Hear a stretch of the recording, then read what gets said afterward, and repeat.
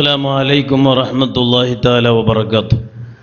بسم الله والحمد لله والصلاة والسلام على أشرف رسل الله صلى الله عليه وسلم وعلى آله وصحبه الفائزين أما بعد. يا ربي بالمصطفى بلغ مقاصدنا واغفر لنا ما مضى يا واسع الكرم.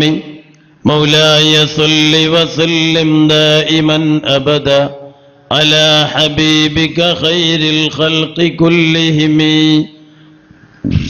الصلاة والسلام عليك يا سيدي يا رسول الله. خذ بيدي قلت حيلتي أدركني يا حبيب الله صلى الله عليه وسلم. വളരെയേറെ സ്നേഹവും ബഹുമാനവും ആദരവും നിറഞ്ഞ ജാമിയ സഅദിയയുടെ പ്രൊഫസറും സുന്നി യുവജന സംഘം SYS കർണാടക സ്റ്റേറ്റിന്റെ പ്രഗത്ഭനായ പ്രസിഡന്റുമായ KP ഹുസൈൻ സഅദി ഉസ്താദ് അവറുകൾ,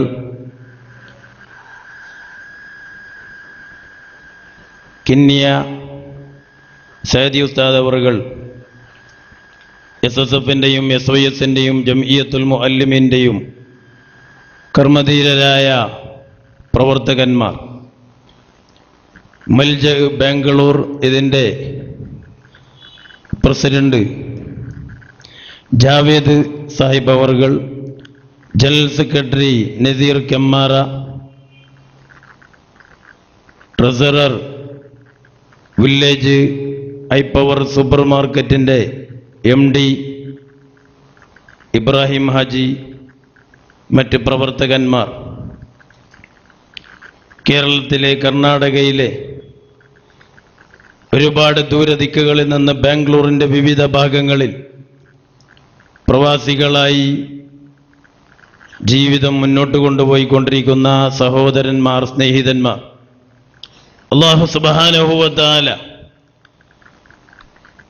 നമ്മുടെ ജീവിതത്തിൽ വന്നുപോയ എല്ലാ അപാകതകൾ, തെറ്റുകുറ്റങ്ങൾ ഈ മഹത്തായ ദുൽഹിജ്ജ മാസത്തിൻ്റെ ഹുർമത്ത് കൊണ്ട് വരാൻ പോകുന്ന പുണ്യമേറിയ രാത്രികളുടെയും പകലിൻ്റെയും ബറക്കത്ത് കൊണ്ട് ബാംഗ്ലൂരിൽ വളരെ പ്രശസ്തമായ മസ്ജിദ് ആളം സയ്യിദുന മുഹമ്മദുർ റസൂലുള്ളാഹി സ്വല്ലല്ലാഹു അലൈഹി വസല്ലമ തങ്ങളുടെ ഷഹറെ മുബാറക്ക് അൽഹംദുലില്ലാഹ് ഈ പള്ളിയിൽ സൂക്ഷിക്കപ്പെട്ടിട്ടുണ്ട് എന്ന് പറയപ്പെടുന്നു. അല്ലാഹു ആ മഹത്തായ ഷഹർ മുബാറക്കിന്റെ ഹുർമത്ത് കൊണ്ട്, ബറക്കത്ത് കൊണ്ട് നമ്മളെ കൽബ് അല്ലാഹു നന്നാക്കി തരുമാരാകട്ടെ. സഹോദരങ്ങളെ, ദീർഘിപ്പിച്ച് സംസാരിക്കുകയല്ല, വളരെ പെട്ടെന്ന് തന്നെ കുറച്ച് ഇസ്തിഗ്ഫാർ, തഹ്ലീൽ, സ്വലാത്ത് ചൊല്ലി നമുക്ക് പിരിയേണ്ടതുണ്ട്, ദുആയിരന്ന് പിരിയേണ്ടതുണ്ട്. മൽജഉദ് ദുആത്തി വദ്ദഅവത്തുൽ ഇസ്ലാമിയ എന്ന് പറയുന്ന പരിശുദ്ധ അഹ്ലുസുന്നത്തി വൽ ജമാഅത്തിന്റെ പ്രബോധകരുടെയും പ്രബോധനത്തിന്റെയും അഭയകേന്ദ്രം എന്ന പേരിൽ 4 കൊല്ലങ്ങൾക്ക് മുമ്പ് ശൈഖുന താജുൽ ഉലമ തവ്വലല്ലാഹു ഉംറഹു മാ സിഹത്തി വസ്സലാമ മഹാനവറുകളുടെ അനുഗ്രഹീതമായ കരങ്ങളെ കൊണ്ട് കുറ്റിയടിച്ച് തുടക്കം കുറിച്ച മൽജഇന്റെ ബാംഗ്ലൂർ ഘടകം അഥവാ ബാംഗ്ലൂർ മൽജഇന്റെ കീഴിൽ നടത്തപ്പെടുന്ന പരിശുദ്ധ സ്വലാത്ത് മജ്ലിസിന്റെ 1ാം വാർഷിക പരിപാടിയിലാണ് നാം.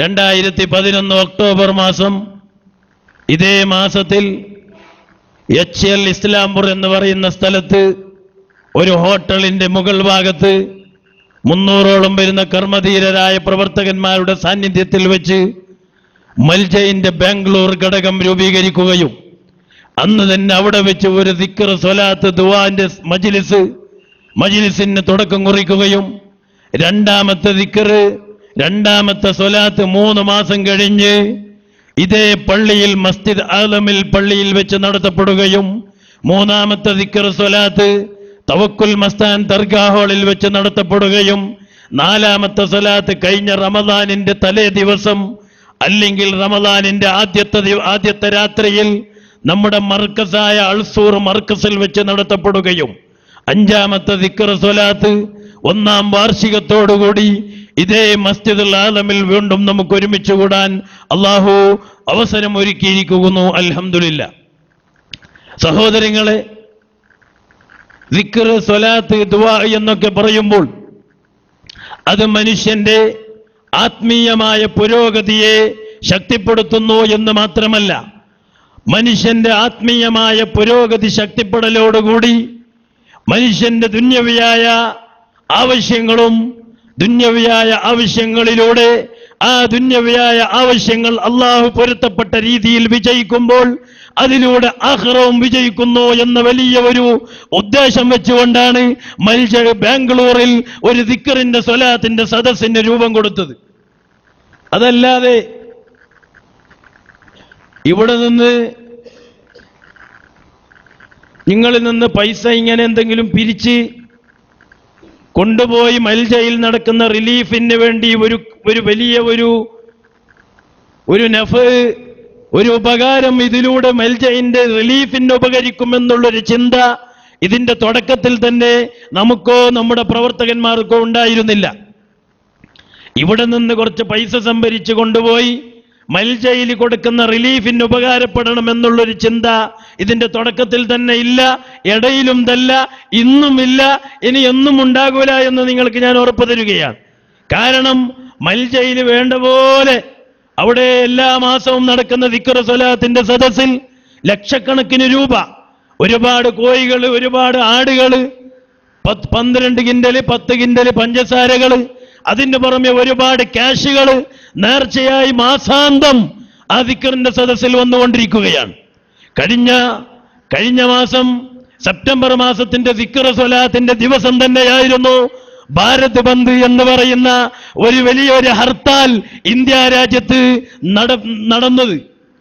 സിലിണ്ടറിനെതിരെ, വർദ്ധിച്ച ഡീസലിന്റെ വിലക്കെതിരെ, പെട്രോളിന്റെ വിലക്കെതിരെ, അല്ലെങ്കിൽ വർദ്ധിച്ചു വരുന്ന മനുഷ്യന്റെ ആവശ്യമായ ദിനനിത്യം ഉപയോഗിക്കപ്പെടുന്ന വസ്തുക്കളുടെ വിലവർധനയ്ക്കെതിരെ ഇന്ത്യ മൊട്ടുക്കും ഒരു വലിയ ബന്ദ് ഇന്ത്യയുടെ ഇന്ത്യ ഭരിക്കുന്ന ഇവിടുത്തെ രാജകീയ പാർട്ടിയുടെ വിരോധപക്ഷം അതിന്റെ എല്ലാ പാർട്ടികളും ചേർന്നുകൊണ്ട് ഭാരത് ബന്ദ് ഉണ്ടാക്കി. അന്ന് മൽജയിന്റെ പ്രവർത്തകരൊക്കെ ബേജാറായി. ഉസ്താദേ, നമ്മൾ എല്ലാ പ്രാവശ്യവും 1.5 കിൻഡലിലധികം ചീർണി ഉണ്ടാക്കുന്നു, ഇന്ന് എത്ര അരി വെക്കണം, ഇന്ന് എത്ര ചീർണി ഉണ്ടാക്കണം. കാരണം ഭാരത് ബന്ദാണ്. ഒരുപക്ഷെ മൽജയിൽ വരണമെങ്കിൽ, ഉജിരയിൽ വരണമെങ്കിൽ കാർക്കള വഴിയിലൂടെ കടന്നു വരണം, അല്ലെങ്കിൽ മംഗലാപുരം വഴിയിലൂടെ കടന്നു വരണം, അല്ലെങ്കിൽ ഉപ്പിനങ്ങടി പുത്തൂർ വഴിയിലൂടെ കടന്നു വരണം, അല്ലെങ്കിൽ ചാർമാടിയിലൂടെ കടന്നു വരണം. എല്ലാ റോഡുകളും ബ്ലോക്ക് ചെയ്യപ്പെട്ടിരിക്കുകയാണ്. ഒരു നിലക്കും 100 ആള് പോലും മൽജയിന്റെ ഉജിരന്റെ ദിക്ർ സ്വലാത്തിന് ഈ മാസം കൂടാൻ വളരെ പ്രയാസമായിരിക്കുമ്പോൾ 1000, 1500, 1750ഓളം 750ഓളം ആളുകൾക്ക് എല്ലാ മാസവും ഉണ്ടാക്കുന്ന ചീരണി ഇന്നും ഉണ്ടാക്കിയാൽ ആ ചീരണി ഉജിരയിലെ നാട്ടിലെ വീടുകളിലേക്ക് വിതരണം ചെയ്യപ്പെടേണ്ടി വരുമോ എന്ന് മൽജയിന്റെ പ്രവർത്തകന്മാർ, വോളണ്ടറീസ് പ്രവർത്തകന്മാർ, സ്ക്വാഡ് ഗാർഡ് പ്രവർത്തകന്മാർ, ബ്രാഞ്ച് കമ്മിറ്റി പ്രവർത്തകന്മാർ ആശങ്ക പ്രകടിപ്പിച്ചപ്പോൾ എന്ത് ചെയ്യാൻ കഴിയും? തവക്കുല് ചെയ്തുകൊണ്ട് എല്ലാ മാസം ഉണ്ടാക്കുന്ന അത്ര തന്നെ ചീർണി ഉണ്ടാക്കി. ഞാൻ നിങ്ങളോട് ഇത് പറഞ്ഞത് മൽജയിനോട് ജനങ്ങൾക്കുള്ള പ്രതിബദ്ധത, മൽജയിനോട് ജനങ്ങൾക്കുള്ള സ്നേഹം, മൽജ ആവിഷ്കരിക്കുന്ന തൈലീം, ദഅവ, റിലീഫ്, ഈ 3 ഘടകത്തെ ഉയർത്തിപ്പിടിച്ചുകൊണ്ട് മൽജ മുന്നോട്ട് പോകുമ്പോൾ ആ മൽജ എന്ന് പറയുന്ന സ്ഥാപനത്തെ ജനങ്ങളുടെ ഹൃദയത്തിന്റെ അടിത്തട്ടിൽ എത്ര കണ്ട് സ്ഥാനം വെച്ചിട്ടുണ്ട്, എത്ര കണ്ട് സ്റ്റാമ്പ് പ്രകടിപ്പിച്ചിട്ടുണ്ട് എന്നതിന്റെ ഒരു സാമ്പിൾ നിങ്ങൾ മനസ്സിലാക്കാൻ വേണ്ടിയാണ് ഞാൻ ഈ കാര്യം നിങ്ങളുടെ മുന്നിൽ വെക്കുന്നത്. സഹോദരങ്ങളെ, ഭാരത് ബന്ദ് 6 മണി കഴിയലോടുകൂടി എല്ലാ അതിർത്തികളിലും മൽജയിന്റെ പ്രവർത്തകന്മാർ വണ്ടികളുമായി വന്ന് ആ ഭാരത് ബന്ദിന്റെ ആ തീവ്രത കുറയലോടുകൂടി എല്ലാ കേന്ദ്രങ്ങളിലും നിർത്തിയിട്ട വണ്ടികൾ ഓരോന്നായി മൽജയിലേക്ക് വരാൻ തുടങ്ങി. അവസാനം അന്ന് 1200ഓളം ആളുകൾ സെപ്റ്റംബറിന്റെ ദിക്ർ സ്വലാത്തിന് വന്നിരുന്നു എന്ന് നിങ്ങളോട് ഞാൻ പറയുകയാണ്. പ്രവർത്തകന്മാരൊക്കെ സന്തോഷിച്ചു. കാരണം ചീരണി ഉണ്ടാക്കിയിട്ട് ഇനി അത് വീണ്ടും നാട്ടിലെ വീടുകൾക്കൊക്കെ കൊടുക്കലൊക്കെ നല്ല കാര്യം തന്നെയാണ്. പക്ഷെ അത് രണ്ടാമത് കൊണ്ടുപോയി വിതരണം ചെയ്യാനുള്ള പ്രയാസം ഓർത്തുകൊണ്ട് എല്ലാവരും ബേജാറായിരുന്നു. പക്ഷെ അൽഹംദുലില്ലാ, മൽജ ജനങ്ങളുടെ ഹൃദയത്തിൽ ഉണ്ടാക്കിയ സ്ഥാനം ആ ഒരു ചീരണിയിലൂടെ ഞങ്ങൾക്ക് കാണാൻ സാധിച്ചു, അറിയാൻ സാധിച്ചു. മൽജയിന്റെ പിന്നൊരു പ്രത്യേകത, മൽജയിന്റെ ദിക്ർ സ്വലാത്തിന് പെണ്ണുങ്ങൾ വരാറില്ല. പെണ്ണുങ്ങളുടെ കാരണത്താലല്ല മൽജയിന്റെ ദിക്റിനും സ്വലാത്തിനും ആളുകൾ വരുന്നത്. ഒരൊറ്റ പെണ്ണ് ഇതുവരെ ഒരൊറ്റ സ്ത്രീയും മൽജയിന്റെ ദിക്ർ സ്വലാത്തിന് മൽജയ നഗറിൽ വന്നിട്ടില്ല. എല്ലാ വോളണ്ടറീസ് പ്രവർത്തകന്മാർക്കും കർശനമായ ഒരു തീരുമാനം കൊടുത്തിട്ടുണ്ട്. മൽജയിന്റെ ഹെഡ് ഹോക്ക് പ്രവർത്തകന്മാർ അവർ പറഞ്ഞിട്ടുണ്ട്, ഏതെങ്കിലും ഒരു വണ്ടിയിൽ ഒരു സ്ത്രീ ദിക്റിന് വന്നതായി നിങ്ങൾക്കറിഞ്ഞാൽ ആ വണ്ടി മൽജയ നഗറിലേക്ക് കടത്തിവിടാൻ പാടില്ല എന്ന കർശനമായ ഒരു നിയമം എല്ലാ വോളണ്ടറീസ് പ്രവർത്തകന്മാരുടെയും കയ്യിലിരിക്കുമ്പോൾ ഒരൊറ്റ സ്ത്രീയും ഇതുവരെ മൽജയിന്റെ ദിക്റിലേക്കൊക്കെ വരാറില്ല. അതൊന്നും ഇല്ലാതെ ഭാരത ബന്ദ് കണക്കിലെടുക്കാതെ 1200ഓളം ആള് സെപ്റ്റംബറിന്റെ ദിക്ർ ഹൽക്കയ്ക്ക് വരികയും ആ ദിക്ർ ഹൽക്കയിൽ 1.5 ലക്ഷം രൂപ ക്യാഷ് അവിടെ നേർച്ചക്ക് സംഭരിക്കുകയും അവിടെ ഒരുമിച്ച് കൂടുകയും ചെയ്തു എന്ന് പറയുമ്പോൾ ഇതൊക്കെ ഞാൻ പറയുന്നത് മൽജയിനോട് ജനങ്ങൾക്കുള്ള ആ അടങ്ങാത്ത ആഗ്രഹവും സ്നേഹവും ആ പ്രതിബദ്ധതയുമാണ് നിങ്ങളുടെ മുന്നിൽ ഞാൻ വെക്കുന്നത്. ഞാൻ കൂടുതൽ പറയുകയല്ല. സഹോദരങ്ങളെ, ഈ 1ാം വാർഷികം കഴിഞ്ഞ ഇസ്ലാംപൂരിൽ HL ദിക്ർ ഹൽക്ക തുടങ്ങി. മൽജയിന്റെ കമ്മിറ്റിക്ക് രൂപം കൊടുത്തു. അതിനുശേഷം ഞങ്ങളൊന്ന് 2-3 പ്രാവശ്യം കമ്മിറ്റി കൂടി, ഒരു സ്വാഗത സംഘം കമ്മിറ്റി എടുത്തു, ഒരുപാട് പ്രചരണം നടത്തി. അന്ന് 2ാമത്തെ ദിക്ർ സ്വലാത്ത് ഇതേ പള്ളിയിൽ നടന്നപ്പോൾ 800-ലധികം ആളുകൾ ഉണ്ടായിരുന്നു. 1000-ന്റെ അടുത്ത് ആളുകൾ ദിക്ർ ഹൽക്കക്കുണ്ടായിരുന്നു. പക്ഷെ അതിന് ശേഷം ഒരു പ്രചരണമോ ഒരു വിപുലമായ ഒരു മീറ്റിംഗ് വിളിക്കുകയോ നമ്മുടെ പ്രവർത്തകന്മാർ ചെയ്തിട്ടില്ല. എന്നിട്ട് പോലും 1ാം വാർഷികത്തിന്റെ ഒരു പ്രചരണം വെറും ഒരു അൽ-അൻസാറിൽ ഒരു ബുള്ളറ്റിൻ മൽജയിന്റെ ദുബായ് കമ്മിറ്റി പ്രവർത്തകന്മാരും നാട്ടിലെ പ്രവർത്തകന്മാരും ചേർന്ന് അൽ-അൻസാർ വീക്കിലിയിൽ ഒരു ചെറിയ ഒരു ഏഡ് കൊടുത്തിട്ടുണ്ട്. അതല്ലാതെ പിന്നെ നമ്മളെ പ്രവർത്തകന്മാർ ഈ ഒരാഴ്ചന്റെ ഇടയ്ക്ക് കുറച്ച് നോട്ടീസ് വിതരണം ചെയ്തു എന്നല്ലാതെ വിപുലമായ ഒരു പ്രചരണം ഈ 1ാം വാർഷികത്തിന് നടത്തിയിട്ടില്ല. എന്നിട്ട് പോലും കച്ചവടങ്ങൾ മാറ്റിവെച്ച്, ജോലികൾ മാറ്റിവെച്ച്, രാവിലെ മുതൽ വൈകുന്നേരം വരെ ജോലി ചെയ്ത് കച്ചവടം ചെയ്ത് ക്ഷീണിതരായ നിങ്ങൾ ഈ മസ്ജിദ് ആളമിൽ ഇത്രയും ആളുകൾ, ഇതിന്റെ എണ്ണം നിങ്ങൾക്ക് തന്നെ അറിയാം എത്ര ഉണ്ടാവും. ഇനി ഒരു 200 ആളുണ്ടാവും അല്ലേ? 200-ലധികം ആളുകൾ എന്ന് കണക്കൂട്ടിക്കോ. ഇത്രയും ആളുകൾ ഇവിടെ വന്നു എന്ന് പറഞ്ഞാൽ സഹോദരങ്ങളെ, വലിയൊരു പ്രചരണമില്ലാതെ 2ാമത്തെ ദിക്ർ സ്വലാത്തിന് അത്ര 3 പ്രാവശ്യം കമ്മിറ്റി കൂടി ഞങ്ങൾ. 1ാം വാർഷികത്തിന് എത്ര പ്രാവശ്യം കമ്മിറ്റി കൂടണമായിരുന്നു? ശരിക്കൊരു കമ്മിറ്റി ഇതുവരെ 1ാം വാർഷികത്തിന് കൂടിയിട്ടില്ല. എന്നിട്ട് പോലും ഇത്ര ആളുകൾ 1ാം വാർഷികത്തിന് കൂടി എന്ന് പറയുമ്പോൾ സഹോദരങ്ങളെ, നാട്ടിലൊരു ദിക്ർ സ്വലാത്തിന് വേണ്ടി കൂടുന്നത് പോലെ അല്ലല്ലോ. രാവിലെ മുതൽ ഈ 10 മണി വരെ ജോലി ചെയ്ത് ക്ഷീണിതരായ നിങ്ങൾ അതൊക്കെ അവഗണിച്ചുകൊണ്ട് ഇവിടെ വന്ന് ഒരുമിച്ച് കൂടി എന്ന് പറഞ്ഞാൽ ഇത് മൽജയിനോടുള്ള സ്നേഹമാണ് നിങ്ങളുടെ മനസ്സിലുള്ളത് എന്ന് ഞാൻ മനസ്സിലാക്കുന്നു. എന്തുകൊണ്ടാണ് നിങ്ങൾക്ക് മൽജയിനോട് ഈ സ്നേഹം വരാൻ കാരണം? ഒന്ന്, സുന്നത്ത് ജമാഅത്തിന്റെ ദഅവ പ്രചരണം. മൽജ ഉയർത്തിപ്പിടിക്കുന്ന 3 കാര്യങ്ങളിൽ പ്രധാനപ്പെട്ട ഒരു കാര്യമാണ് ദഅവ. സുന്നത്ത് ജമാഅത്തിന്റെ ദഅവ പ്രചരണം, പ്രബോധനം. അത് തന്നെയാണ് മൽജഉ ദുആത്തി വ ദഅവത്തുൽ ഇസ്ലാമിയ. സുന്നത്ത് ജമാഅത്തിന്റെ പ്രബോധകരുടെയും പ്രബോധനത്തിന്റെയും അഭയകേന്ദ്രമെന്നാണ് മൽജഇന്റെ അർത്ഥം തന്നെ. സഹോദരങ്ങളെ, ആ സുന്നത്ത് ജമാഅത്തിന്റെ ദഅവ പ്രചരണമാണ് മൽജ ഉയർത്തിപ്പിടിക്കുന്നത്.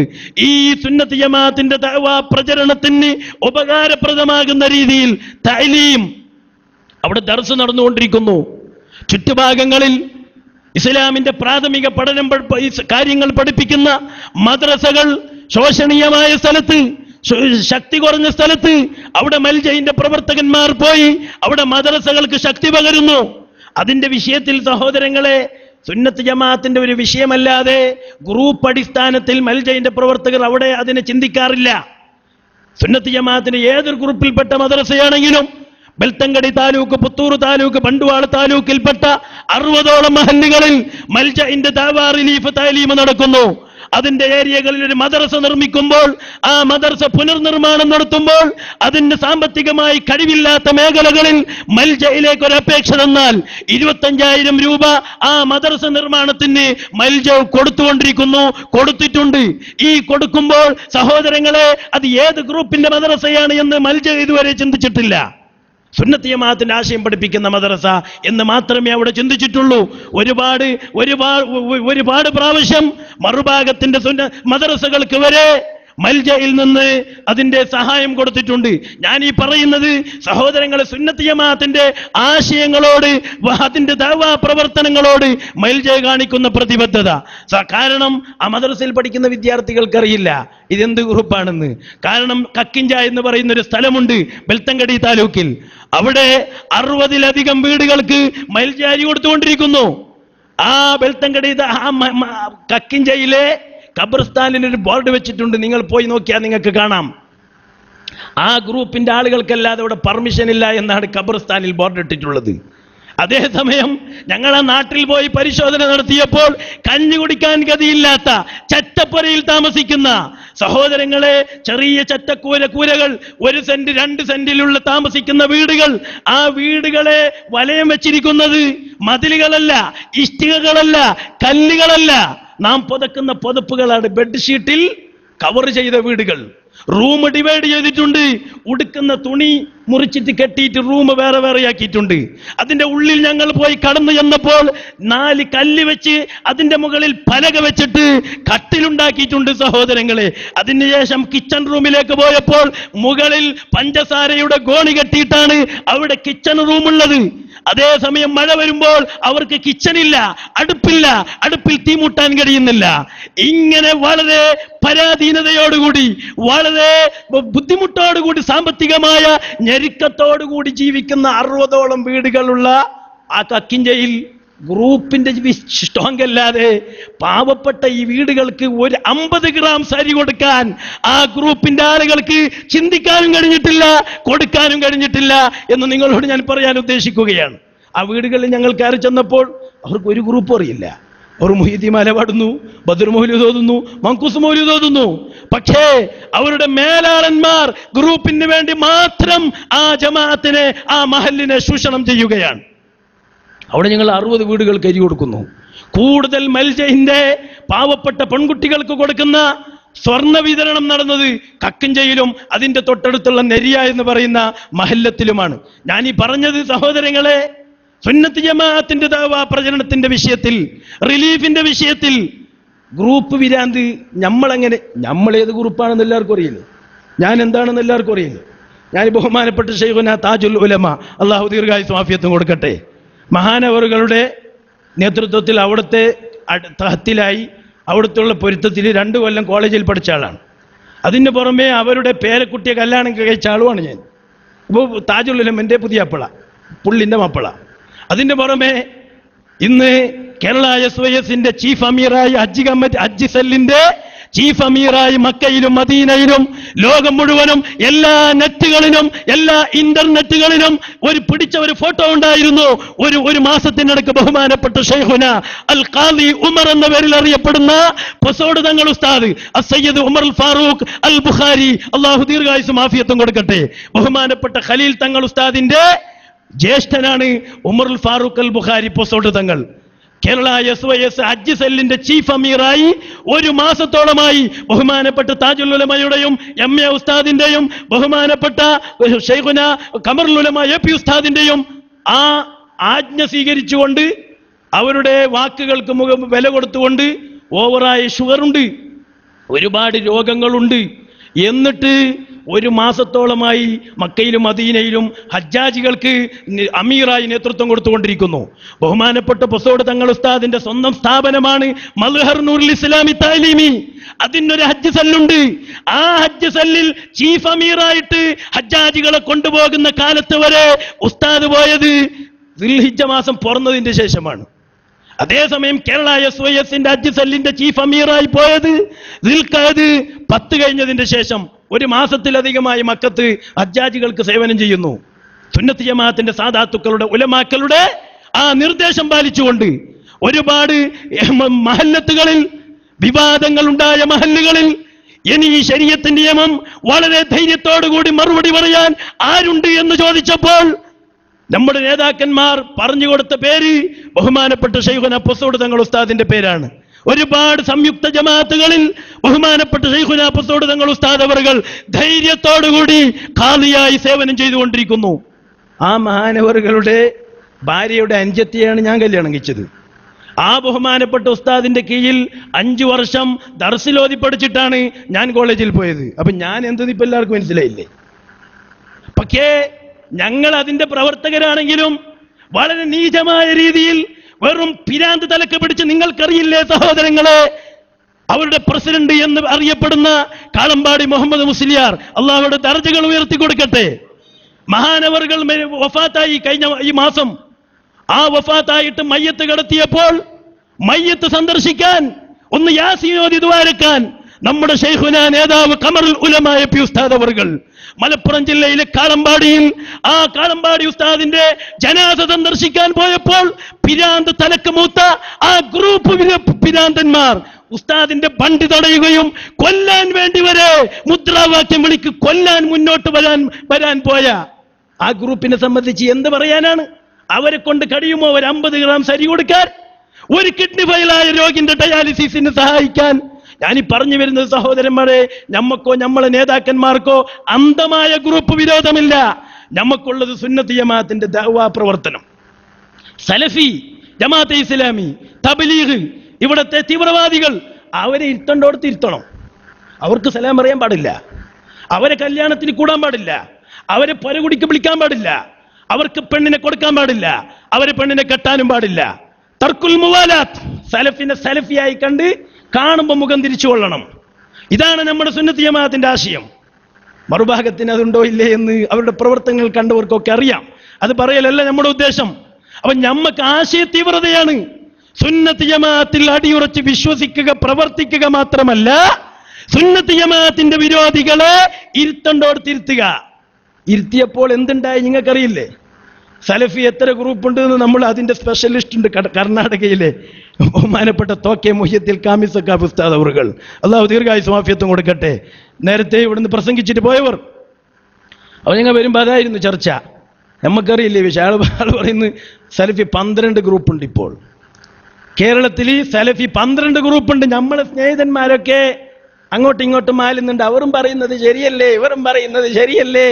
ഇനി ഏത് ശരിയെന്നാണ് ഈ പറയാ? സലഫി എന്നെ 12 ഉണ്ട്. ഏത് കളമൊത്തണം ബട്ടനുണ്ടാക്കിയിട്ട്? ജിന്ന് സലഫിയോ, ആന സലഫിയോ, ആട് സലഫിയോ? തോക്കെ പറയാണ് ആട് സലഫി ഉണ്ട്, ആന സലഫിയുണ്ട്, ജിന്ന് സലഫിയുണ്ട്, ഭദ്രകാളി സലഫിയുണ്ട്. എന്തെല്ലാം സലഫിയാണ് സഹോദരങ്ങളെ. ഇപ്പൊ അവർ തന്നെയാണ് അടിയും പിടിയും. മലപ്പുറത്തൊരു പള്ളിയിൽ കഴിഞ്ഞ 2-3 വെള്ളിയാഴ്ചകൾക്ക് മുമ്പ് അടിപിടി, ജുമാ നിസ്കാരം നടന്നില്ല. ഖുത്ബക്ക് മിമ്പറിൽ കയറിയ ഒരു ജിന്ന് മൗലവി, ജിന്നിനെ ന്യായീകരിക്കുന്ന മൗലവി, അതായത് ജിന്നിനോട് സഹായം തേടാൻ പറ്റുമോ പറ്റില്ലേ? 2 ഗ്രൂപ്പാണ്. മനുഷ്യരോട് സഹായം ചോദിക്കാൻ പറ്റുമോ പറ്റില്ലേ? സുന്നികളായ നമ്മൾ പറഞ്ഞു പറ്റും. അള്ളാഹുവാണ് എല്ലാം ചെയ്യുന്നത്. അള്ളാഹു തരുന്ന സഹായം കൊണ്ട് എന്താ സഹായിക്കാൻ കഴിയാത്തത്? സഹോദരങ്ങളെ, എന്താ ഇവിടെ നടത്താൻ കഴിയാത്തത്? ഇവിടുത്തെ ഇന്റർനെറ്റും ഇവിടുത്തെ മറ്റു സൗകര്യങ്ങളൊക്കെ ചിന്തിക്കുമ്പോൾ ഇന്ന് അതൊരു വിഷയമല്ല. അള്ളാഹു ഒരു മനുഷ്യന് കഴിവ് കൊടുത്താൽ അവൻ എന്തും ചെയ്യാൻ കഴിയും. എന്തും ചെയ്യാൻ കഴിയുമ്പോൾ ആ സഹായം ചോദിക്കാനും കഴിയും. അള്ളാഹു ഹയാത്തുള്ള മനുഷ്യന് കഴിവ് കൊടുക്കും പോലെ മരണപ്പെട്ട മനുഷ്യനും കഴിവ് കൊടുക്കുന്നു. ഹയാത്തുള്ളവനോട് ചോദിക്കൽ അനുവദനീയമായതുപോലെ മരിച്ചവരോടും ചോദിക്കാൻ അനുവദനീയമാണ്. രണ്ടിന്റെയും സഹായിക്കുന്ന വലിയ സഹായി അള്ളാഹുവാണെന്ന വിശ്വാസത്തോടു കൂടിയാണ് നമ്മൾ ചോദിക്കുന്നത്. ഇപ്പൊ അവരുടെ ഇടയിൽ മനുഷ്യന്മാര് സഹായം അതെല്ലാം പോയി, ജിന്നിനോട് തമ്മിൽ ഫൈറ്റാണ്. ഒരു വിഭാഗം പറയുന്നു ജിന്നിനോട് സഹായം ചോദിക്കാൻ പറ്റും, ഒരു വിഭാഗം പറയുന്നു പറ്റൂല. അങ്ങനെ ആ മൗലവി മിമ്പറിൽ കയറിയിട്ട് പറഞ്ഞു ജിന്നിന്റെ കാര്യം. മറ്റൊരു ചെറുപ്പക്കാരന് ചൂടായി. ഞങ്ങളെ ഉള്ളിത്താടി നിട്ടിച്ച്, തലന്റെ തൊപ്പി തെറിപ്പിച്ച്, ഞങ്ങളെ ഒട്ട പാൻറ്റും ധരിപ്പിച്ച്, സുന്നികളുടെ ഇടയിൽ കോലം കെട്ടിച്ച്, ഈ തലമറക്കാത്ത മൗലവിന്റെ കീഴെ ഡാഞ്ചർ ചിഹ്നയും വെച്ചിട്ട് ഞങ്ങളെ കൊണ്ട് കൈകെട്ടിച്ച്, അത് പാടില്ല, ഇത് പാടില്ല, മൗലിദ് പാടില്ല, കുത്തുബിയത്ത് പാടില്ല, മമ്പ്രന്തങ്ങളെ വിളിക്കാൻ പാടില്ല, ഇസ്തിഹാസ ചെയ്യാൻ പാടില്ല എന്നൊക്കെ പറഞ്ഞ് ഞങ്ങളെ ഇങ്ങനൊക്കെ ഈ ഇലക്ട്രോണിക് ബൊമ്പകളെ കളിപ്പിച്ചതുപോലെ കളിപ്പിച്ച് ഇപ്പൊ മിമ്പറിൽ കയറി ജിന്നിനോട് എടുത്തു കൊടുത്തു ഒരടി. സലഫിന്റെ മൗലവിന്റെ ഉള്ളിത്താടിയിലും തെറിച്ചുപോയി സഹോദരങ്ങളെ. ജുമയില്ല, ഇന്ന് ഖുത്ബയിൽ അവർ അടിപിടിയാണ്. ജിന്നും ശൈത്താനും ഇബ്ലീസും പിശാചും ഭദ്രകാളിയും. അള്ളാഹ്ക്ക് 4 കൈ 2 കൈ, ഒരാൾ പറയുന്നു 1.5 കൈ, ഒരാൾ പറയുന്നു 1/2 കൈ. ഒരാൾ പറയുന്നു ആകാശത്ത്, ഒരാൾ പറയുന്നു ഭൂമിയിൽ, ഒരാൾ പറയുന്നു 12 മണിന്റെ ശേഷേ അള്ള ഭൂമിക്കിറങ്ങൂ. ഇപ്പൊ 12 മണി കഴിഞ്ഞു. ഒരാൾ ചോദിച്ചു, എന്താ പകൽ അള്ളാഹ്ക്കും ഭൂമിയിൽ ആകാശത്തും താഴെ ഇറങ്ങാൻ പേടിയോ? ഇങ്ങനെയൊക്കെ മനുഷ്യന് ഈ ഇന്റർനെറ്റ് യുഗത്തിൽ, പ്രസന്റ് വേൾഡിൽ ഒരിക്കലും ചിന്തിക്കാൻ കഴിയാത്ത വളരെ ഉരുട്ട ന്യായങ്ങൾ, വളരെ മ്ലീച്ഛമായ ന്യായങ്ങൾ ഒരു ഹിന്ദു പോയി പറഞ്ഞാൽ സഹോദര, അവൻ തുപ്പിക്കളയും. ഇതാണോ നിങ്ങളെ മതം എന്നവൻ പറയും. നമ്മളെ പറ്റിയല്ല, ഈ ഭദ്രകാളികളെ പറ്റി. അള്ളാഹുവാണ്, മുവഹീദാണ്, അങ്ങനെയാണ് ഇങ്ങനെയാണെന്ന് പറഞ്ഞ് അള്ളാഹ്ക്ക് കയ്യോ? അള്ളാഹ്ക്ക് കണ്ണോ? അള്ളാഹ് ആകാശത്തിലിരുന്നോ? അള്ളാഹ് ആകാശത്തിൽ സിംഹാസനത്തിലിരിക്കുമ്പോൾ കറകറാന്ന് ശബ്ദം കേൾക്കുന്നു. ഇങ്ങനെ എന്തെല്ലാം പറഞ്ഞ് സലഫിന്റെ പാവപ്പെട്ട ചെറുപ്പക്കാരെ ബ്രെയിൻ നശിച്ചു സഹോദരങ്ങളെ. ഇപ്പൊ തമ്മിൽ ജിന്നിന്റെയും പിശാചിന്റെയും പേരിൽ അടിപിടിയാകുമ്പോൾ അടിക്കാതിരിക്കുമോ സഹോദരങ്ങളെ? സലഫി മൗലവിമാരുടെ കള്ളത്തരങ്ങൾ, പ്രവർത്തനങ്ങൾ നിങ്ങൾക്കറിയില്ലേ? 2-3 ആഴ്ചകൾക്ക് മുമ്പ് ഒരു ഷംസുദ്ദീൻ പാലത്ത് എന്ന് പറഞ്ഞിട്ട് ഒരു കപ്പനെ പോലീസുകാരെ പിടിച്ചുകൊണ്ടിട്ട് റിമാൻഡിലാണ്, ഇപ്പോഴും പുറത്തു വന്നിട്ടില്ല. അറിയണം, ഇതൊക്കെ അറിയണം. താറുഫുൽ എന്ത്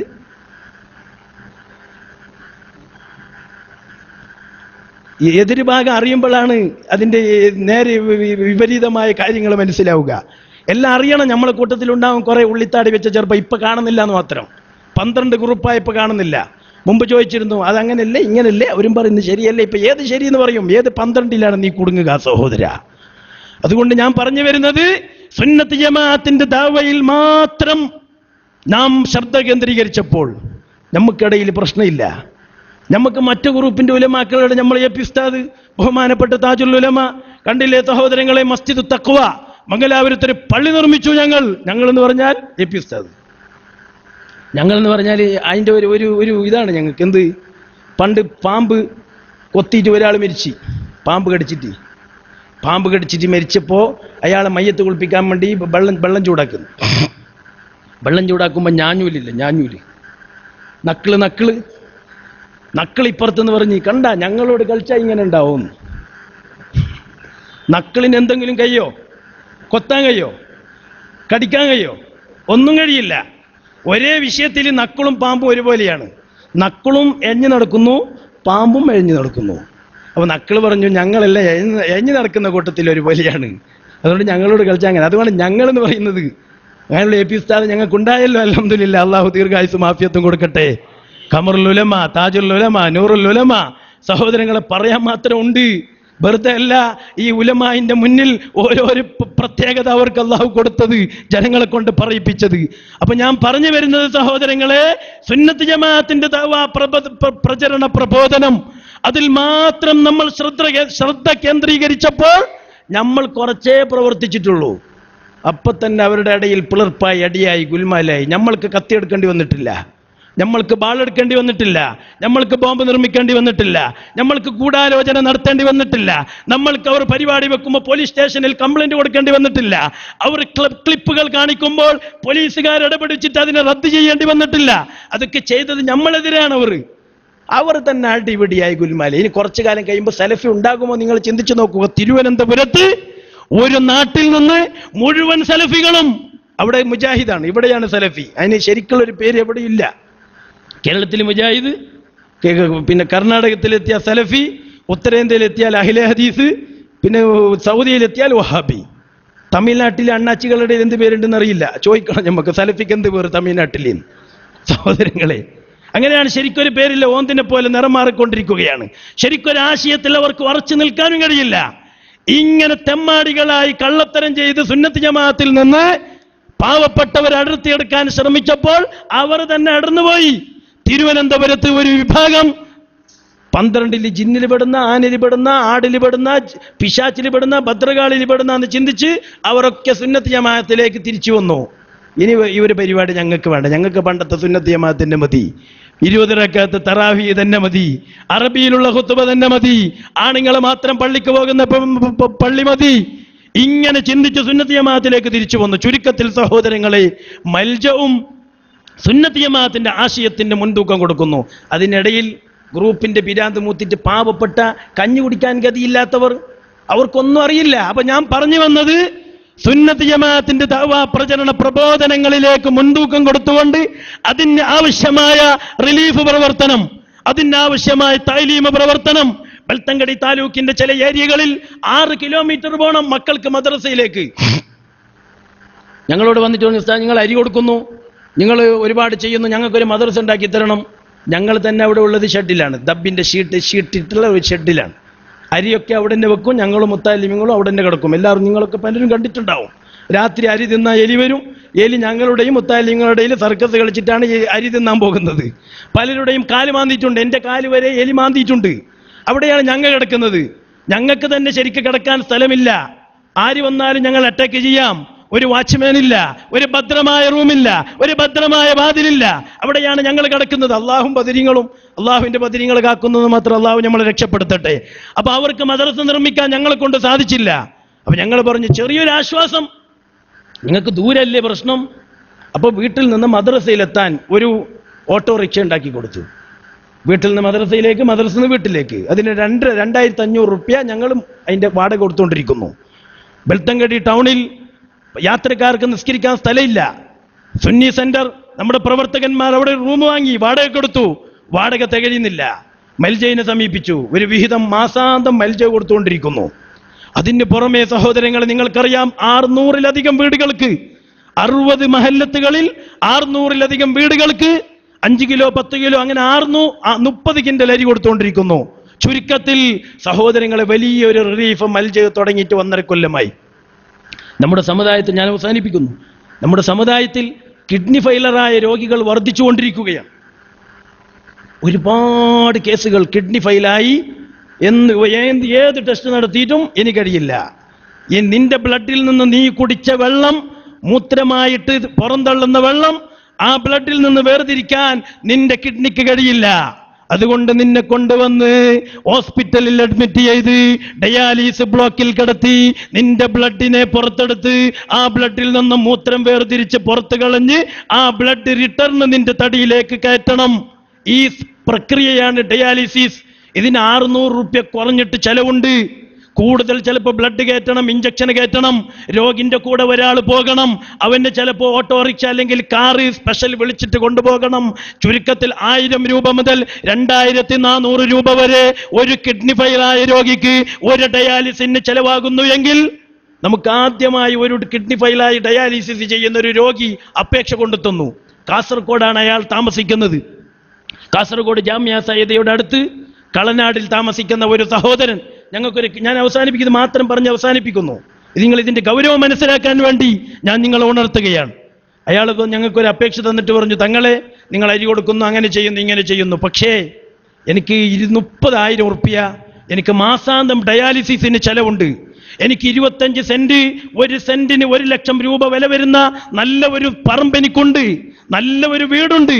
ഞാനൊരു ജ്വല്ലറിയിൽ, ഒരു സ്വർണ്ണക്കടയിൽ ജോലിയിലായിരുന്നു കാസർഗോഡ്. 8 കൊല്ലമായി എൻ്റെ കിഡ്നി നശിച്ചു, കിഡ്നി ഫെയിലായി. എനിക്ക് 3 മക്കളുണ്ട്. അവരെ ചെലവിന് കൊടുക്കാൻ എന്നെ കൊണ്ട് സാധിക്കുന്നില്ല. എൻ്റെ ഡയാലിസിസിന് 30,000 രൂപ വീതം ഞാൻ 8 കൊല്ലത്തോളം ചെലവാക്കി. എൻ്റെ പറമ്പ് ഞാൻ വിറ്റ് 20 സെന്റ് ഞാൻ വിറ്റു.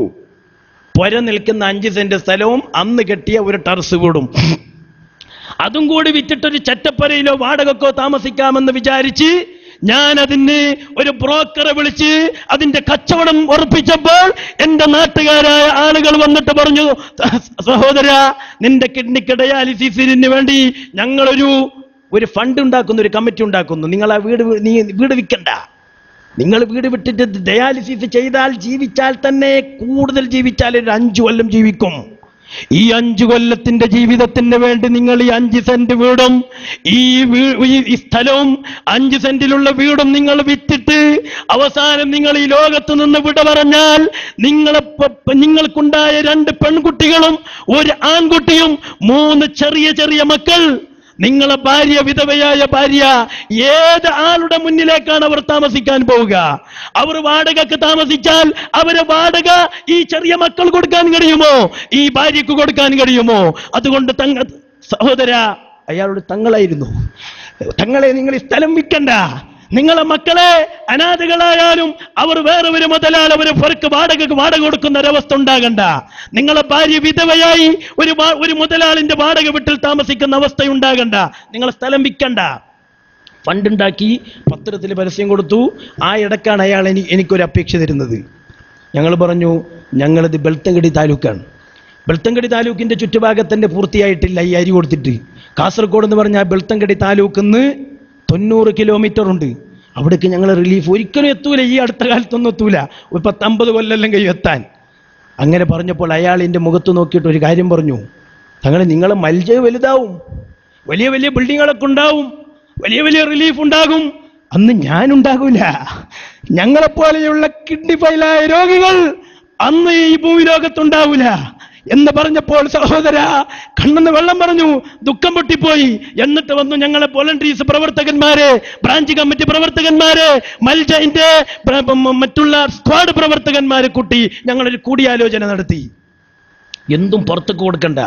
കിഡ്നി ഫെയിലായിട്ട് ഡയാലിസിസ് ചെയ്തുകൊണ്ടിരിക്കുന്ന രോഗികൾക്ക് ഒരു ഡയാലിസിസ് എല്ലാ മാസവും കൊടുക്കാം എന്നൊരു തീരുമാനം അള്ളാഹുവിന്റെ പേരിൽ തവക്കുൽ ചെയ്തുകൊണ്ട് മൽജ തുടക്കം കുറിച്ചു. സഹോദര 1.5 കൊല്ലമായി മൽജ ഈ ഫണ്ടിന്റെ വാതിൽ തുറന്നിട്ട് 30ഓളം രോഗികൾക്ക് സഹോദര മൽജ ഓരോ ഡയാലിസിസിന് സഹായിച്ചു. 6 രോഗികൾ ആ തങ്ങൾ ഇന്നുണ്ട്. തങ്ങൾ പറഞ്ഞതുപോലെ 6 രോഗികൾ 1.5 കൊല്ലത്തിനടക്ക് മൽജയിന്റെ സഹായം ഏറ്റുവാങ്ങി മരിച്ചുപോയി. നാളെ മഹ്ശറിലെത്തുമ്പോൾ സഹോദര നമുക്ക് സന്തോഷിക്കാം. എല്ലാവരും മരിക്കും. മരിക്കുന്നതിൽ സന്തോഷമല്ല. എല്ലാവരും മരിക്കും. അവരും നാളെ മഹ്ശറിൽ വരും. ഞാനും വരും, നിങ്ങളും വരും. ഞാൻ ഈ സഹോദരങ്ങളെ, ഞങ്ങൾ മൽജയിന്റെ പ്രവർത്തകർ ഇന്ന് 22 കിഡ്നി ഫെയിലർ രോഗികൾക്ക് ഒരു ഡയാലിസിന്റെ പൈസ മാസാന്തം കൊടുക്കുമ്പോൾ 40,000 ഉറുപ്പിക മാസാന്തം ചെലവഴിച്ചുകൊണ്ടിരിക്കുന്നു.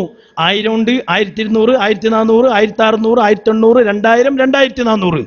2400 കൊടുത്തുകൊണ്ടിരുന്ന ഒരു സക്കാഫി, ഇസ്മായിൽ സക്കാഫി കക്കിഞ്ച് എന്ന് പറയുന്ന സഹോദരൻ ഒരു 8 മാസം മുമ്പ് ഈ ലോകത്തുനിന്ന് വിട പറഞ്ഞു. അള്ളാഹു ഖബർ സ്വർഗമാക്കി കൊടുക്കട്ടെ. നമ്മളൊക്കെ മഹ്ശർ ഇത് ഞാൻ കൊടുക്കുന്നത് എൻ്റെ ഉപ്പ ഒഴിച്ചിട്ട് പോയ സ്വത്തുനിന്ന് കൊടുക്കുന്നതല്ല. നിങ്ങളെപ്പോലെയുള്ള ആളുകൾ മൽജയിന്റെ ദിക്റിന് വന്ന് ബക്കറ്റിൽ നിക്ഷേപിക്കുന്നു, പഞ്ചസാര കൊണ്ടുവരുന്നു, കോഴി കൊണ്ടുവരുന്നു, ആട് കൊണ്ടുവരുന്നു, പിന്നെ നമ്മളെ കയ്യിൽ കൊണ്ടുതരുന്നു. ഇതിനൊരു റിസീവർ ഇല്ല. എവിടുന്നും കാറോ വണ്ടിയോ പിടിച്ചിട്ട് മുതലാളിൻ്റെ അടുക്കൽ പോയി ഈ മാസത്തിന്റെ ഡയാലിസിസിന് 40,000 രൂപ ഒത്തിട്ടില്ല മുതലാളി, നിങ്ങൾ എന്തെങ്കിലും തരണേ എന്ന് പറയുന്ന ഒരു വന്തിക അല്ലെങ്കിൽ ഒരു കളക്ഷൻ ഇതുവരെ മൽജ ഉണ്ടാക്കിയിട്ടില്ല. നിങ്ങൾക്ക് തന്നെ അറിയില്ല, 1 കൊല്ലായി മൽജ ദിക്റും സലാത്തും നടത്തുന്നു. ഏതെങ്കിലും ഒരു മുതലാളിന്റെ അടുക്കൽ പോയിട്ട് നിങ്ങൾ മാസത്തിൽ ഇത്ര തരണമെന്നോ അല്ലെങ്കിൽ നീ എന്തെങ്കിലും ഇത്ര തരണമെന്നോ ഒരാളോട് മൽജയിന്റെ പ്രവർത്തകരോ പറഞ്ഞതായി നിങ്ങൾക്ക് ആർക്കെങ്കിലും അറിയോ? ഉണ്ടാ? ചിലപ്പോൾ വിശ്വസിക്കാൻ പറ്റില്ല. ആരെങ്കിലും ഒരാൾ എന്നെ തങ്ങളെ ഏൽപ്പിച്ചിരുന്ന ആരെങ്കിലും എന്തെങ്കിലും ചോദിച്ചിട്ടുണ്ടാ? ഉണ്ടാ? ഒരു മുണ്ടെന്നില്ല, ഉണ്ടെന്ന് തോന്നല്ലേ? ഉണ്ടാ? നിങ്ങളെ ശ്രദ്ധയിൽ അങ്ങനെ പെട്ടിനാ? ഇല്ല, ആരോടും വാങ്ങലില്ല. എല്ലാം അവിടെ അള്ളാഹു ഈ പ്രവർത്തനങ്ങൾക്ക് വേണ്ടി അവിടെ ചൊരിച്ചു തരുന്നു. അതിൽ നിന്ന് ഞങ്ങൾ വിതരണം ചെയ്യുന്നു. സഹോദരങ്ങളെ, നിങ്ങളോട് പറയാനുള്ളത്, ഈ ഒരു വ്യവസ്ഥ മൽജ തുടങ്ങിയിട്ട് 1.5 കൊല്ലമായി. ഇന്ന് നിലവിൽ 22 കിഡ്നി രോഗികൾക്ക് മൽജ ഡയാലിസിസിനെ സഹായിച്ചുകൊണ്ടിരിക്കുകയാണ്. അതുകൊണ്ട് ഞാൻ തീർപ്പിക്കുന്നില്ല. നിങ്ങളോട് പറയാനുള്ളത്, നിങ്ങൾ ഇരുന്നത്, നിങ്ങൾ ഈ സഹായിച്ചത് കൊണ്ടൊരു നേട്ടം എന്താണ്? നമുക്ക് ഈ ദിക്ർ കൊണ്ട്, ദുആ കൊണ്ട് നമ്മുടെ ഹൃദയം ശുദ്ധിയാകും, നമ്മൾ ആഖിറം വിജയിക്കും, ദുനിയവിയായ കാര്യങ്ങളിലും അല്ലാഹു ബർക്കത്ത് ചെയ്യും. അതിന് പുറമെ മൽജയിന് ഒരു പരസ്യം ഉണ്ടാവും. മൽജയിന് നിങ്ങൾ ഈ വന്നത് കൊണ്ടൊരു പരസ്യം ഉണ്ടായിട്ട് ആരെങ്കിലും ഒരാൾ മൽജയിന്റെ ദിക്റിന് വന്ന് അവിടെ വന്നൊരു 10 റുപ്യ ബക്കറ്റിലിട്ടാൽ അതിലൂടെയാണ് ഈ ഡയാലിസിസ് ഫണ്ട് നടക്കുന്നത്. അതിലൂടെയാണ് മദ്രസന്റെ വാഹന വാടക, അതിലൂടെയാണ് ചില മദ്രസന്റെ ഉസ്താദുമാരുടെ ശമ്പളം, അതിലൂടെയാണ് സാദാത്ത് റിലീഫ്. തങ്ങന്മാരെ കൂട്ടത്തിൽ ജീവിക്കാൻ വകയില്ലാത്ത പാവപ്പെട്ട സക്കാത്ത് വാങ്ങാൻ അർഹതയുള്ള ആളുകൾ തങ്ങന്മാർക്ക് സക്കാത്ത് കൊടുക്കാനും പാടില്ല. ആരെങ്കിലും കൊടുത്താൽ അവർ വാങ്ങാനും പാടില്ല. അവർക്കൊരു ഫണ്ട് മൽജ വെച്ചിട്ടുണ്ട്, സാദാത്ത് റിലീഫ്. ഒരു 750 റുപ്യ ഇങ്ങനെയുള്ള പാവപ്പെട്ടവർക്ക് മാസാന്തം കൊടുത്തുകൊണ്ടിരിക്കുന്നു.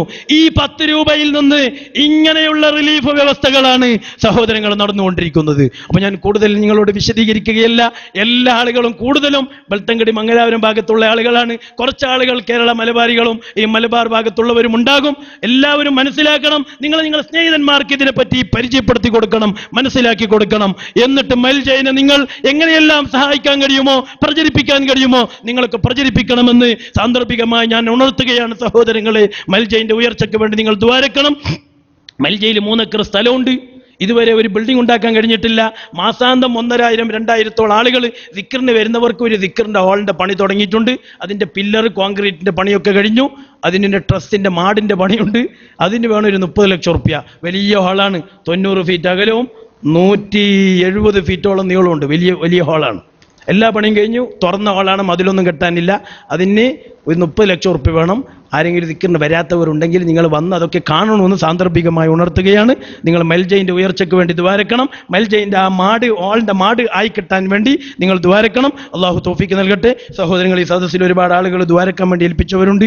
നമ്മുടെ സദസ്സിൽ ഒരാൾ കിഡ്നിക്ക് വലിയ അസുഖം ബാധിച്ചു. ഒരു 2-3 ആഴ്ച മുമ്പ് വലിയ ബേജാറായി. ഒരു ടെസ്റ്റ് നടത്തി. കാലിലൊക്കെ നീര് വന്നു. ഭയങ്കര ബേജാറായി. അപ്പോൾ അയാൾ മൽജയിലേക്ക് ഒരു ആട് നേർച്ചാക്കി. ആ ടെസ്റ്റിൽ നോർമൽ റിപ്പോർട്ട് വന്നു. അയാൾ ഈ സദസ്സിലുണ്ട്. ഇപ്പോൾ ഒരു പ്രശ്നമില്ല. അള്ളാഹു അയാൾക്ക് പൂർണ്ണമായ ആരോഗ്യം കൊടുക്കട്ടെ. ഒരു ബുദ്ധിമുട്ടും അള്ളാഹു ഇല്ലാതാക്കി കൊടുക്കട്ടെ. പിന്നെ നമ്മൾ SSF ശിവാജി നഗര ഇവിടെയുള്ള മുഹമ്മദ് ബഷീർ എന്ന് പറയുന്ന കഴിഞ്ഞ ആഴ്ച മരിച്ചു പോയിട്ടുണ്ട്. അള്ളാഹു ഒരു ഖബർ സ്വർഗ്ഗാക്കി കൊടുക്കട്ടെ.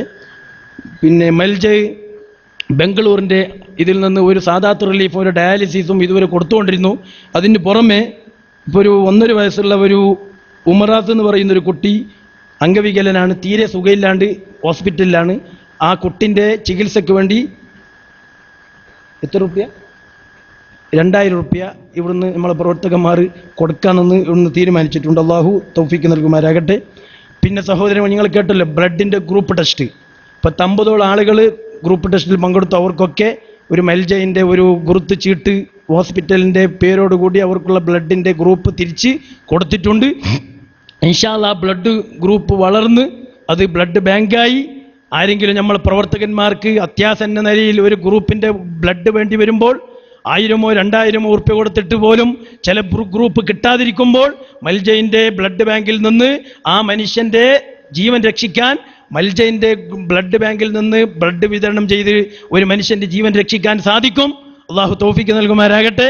ഈ 1-ാം വാർഷികത്തോടുകൂടി ബാംഗ്ലൂരിൽ എവിടെയെങ്കിലും നടക്കാൻ കഴിയാതെ വീൽ ചെയറിൽ നടന്നു പോകുന്ന ആരെങ്കിലും ഉണ്ടെങ്കിൽ അവർക്ക് ഈ ദിക്റോടുകൂടി വീൽ ചെയർ വിതരണം ചെയ്യാമെന്നൊരു പദ്ധതി ആവിഷ്കരിക്കുകയും ബാംഗ്ലൂരിൻ്റെ എല്ലാ ഭാഗങ്ങളിലേക്ക് അറിയിപ്പ് കൊടുക്കുകയും, ഞങ്ങൾക്ക് അതിൻ്റെ റിപ്പോർട്ട് കിട്ടിയിട്ടില്ല, ഞങ്ങൾക്ക് പിന്നെ ഒരു വീൽ ചെയർ വേണമെന്ന് ആരെങ്കിലും അപേക്ഷിച്ച് ഇതുവരെ തരാത്തത് കൊണ്ട് ഇൻഷാ അല്ലാഹ് അടുത്ത ദിക്റിൽ അങ്ങനെ ആരെങ്കിലും തന്നാൽ അവർക്ക് വീൽ ചെയർ വിതരണം ചെയ്യുന്നതായിരിക്കും. അള്ളാഹു നമുക്ക് തൗഫീക്ക് നൽകുമാരാകട്ടെ. സഹോദരങ്ങളെ, ഇഷാറ പേപ്പറാണിത്. ഈ ദ്വൈവാരികയാണ്. 2 ആഴ്ചയിൽ ഒരിക്കൽ ഇറങ്ങുന്ന SSFൻ്റെ കർണാടക സ്റ്റേറ്റിൻ്റെ മുഖപത്രമാണ്. ഇത് ഒരു കൊല്ലത്തേക്ക് 250 റുപ്യ, 2 കൊല്ലത്തേക്ക് 500 റുപ്യ. ഇത് എല്ലാവരും ചന്താദാരരായി ഈ പദ്ധതി അഭിയാനം വിജയിപ്പിക്കണമെന്ന് സാന്ദർഭികമായി ഉണർത്തുന്നു. അതിന് പുറമെ നിങ്ങൾക്കിവിടെ നേരത്തെ കുറച്ച് പ്രസംഗിച്ചു പോയ തോക്കി ഉസ്താദ് സുഖയില്ലാണ്ട് കിടന്നിട്ടുണ്ട്. അവിടെ വന്നിട്ട് എന്ത് ഭക്ഷണം കഴിച്ചത് പിടിച്ചിട്ടില്ല, ഗ്യാസിൻ്റെ അസുഖമായിട്ട് കിടന്നിട്ടുണ്ട്. ആ മഹാനവറുകൾ കർണാടകയിലെ സുന്നത്ത് ജമാഅത്തിൻ്റെ വിരോധികളുടെ ഒരു വലിയ പേടി സ്വപ്നമാണ്. വളരെ വ്യക്തമായ രീതിയിൽ എല്ലാ കള്ളക്കുറുപ്പിൻ്റെയും കള്ളത്തരങ്ങൾ തുറന്ന് എഴുതുന്നവരാണ്. കുറേ പിന്നെ ബദരിക്കൊക്കെ എന്ന് മലയാളത്തിൽ പറയുന്നത് ഭീഷണികൾ, നിന്നെ കൊല്ലും, നിന്നെ അങ്ങനെ ആക്കും, നിന്നെ ഇങ്ങനെ ആക്കും. ആൾ കുറച്ച് നീളം കൊണ്ടൊന്നല്ലാതെ വലിയ തടിയൊന്നുള്ള ആളല്ല. അയാൾ ഇങ്ങനെ തന്നെ ഒറ്റയ്ക്ക് തന്നെ ഡ്രൈവിംഗ് എല്ലാം ചെയ്തിട്ട് പോകുന്ന ആളാണ്. ഉള്ള ആളത്ത് മുക്കച്ചേരിയിൽ മുദരിസാണ്. അയാൾ സ്വന്തം 2-3 എഴുത്തുകാരെ വെച്ചിട്ട് എഴുതുകയാണ് സുന്നി വാണി എന്ന പേരിൽ. അത് 6-12 പേജുണ്ട്. ഇപ്പോൾ അതിന് 14 പേജ്, ഒരു 4 പേജ് കൂട്ടാൻ പോവുകയാണ്. സുന്നിവാണി ഈ മാസത്തെ സുന്നിവാണി വായിച്ചിട്ടുണ്ടാവും നിങ്ങൾ. അത് വായിച്ചാൽ നിങ്ങൾക്കറിയാം എന്താണ് സുന്നിവാണി. ആർക്കെങ്കിലും ഒരു കോപ്പി കിട്ടിയാൽ ഒരു ദിവസം ഒരു 2-3 മണിക്കൂർ ചിലവാക്കി, അല്ലെങ്കിൽ 1 മണിക്കൂർ ചിലവാക്കി അതിന് ഫുള്ള് വായിച്ചിട്ട് നിങ്ങളൊന്ന് നോക്കണം. അപ്പം അറിയാം സുന്നിവാണി എന്താണെന്ന്. സുന്നിവാണി ശരിക്കും വായിച്ചു കൊണ്ടുണ്ടായാൽ അയാളെയോ അയാളെ മക്കളെയോ ഭാര്യ സന്താനങ്ങളെയോ ഒരാൾക്കും സലഫിയാക്കാൻ കഴിയില്ല, തബ്ലീഗാക്കാൻ കഴിയില്ല, ജമാഅത്ത് ഇസ്ലാമാക്കാൻ കഴിയില്ല. മദ്രസ ഒന്നും പഠിക്കണ്ട. പഠിക്കാത്ത ഒരാൾക്ക് സുന്നിവാണി കൊടുത്ത് ഓതളാന്ന് പറഞ്ഞാൽ ഓതിയാൽ ഒരൊറ്റ വിധേയ കക്ഷിക്കും അവനെ സുന്നത്ത് ജമാഅത്ത് നിന്ന് അടുത്തെടുക്കാൻ കഴിയില്ല. അതുകൊണ്ട് ഒരു കൊല്ലത്തേക്ക് 140 റുപ്യ. അതിൻ്റെയും കഴിയുന്ന ആളുകൾ എല്ലാ മാസവും നിങ്ങൾ വീടുകളിലെത്തും. അതിൻ്റെ ആളുകളൊക്കെ ഇവിടെയുണ്ട്. ഹസനി ഉസ്താദ് അല്ലേ സുന്നിവാണിൻ്റെ കൊടുത്ത അതിന് എല്ലാവരും ഉണ്ട്. ഉസ്താദുമാരായി ബന്ധപ്പെട്ടാൽ നിങ്ങൾക്ക് അതിൻ്റെ കൂപ്പൺ തരും. അതിൻ്റെയും ഒരിക്കാരാകണമെന്ന് സാന്ദർഭികമായി ഉണർത്തുകയാണ്. ഇൻഷാ അല്ലാഹ് നമ്മൾ സദസ്സ് ദുആ ഇജാബത്തുള്ള സദസ്സിൽപ്പെടുത്തി തരുമാരാകട്ടെ.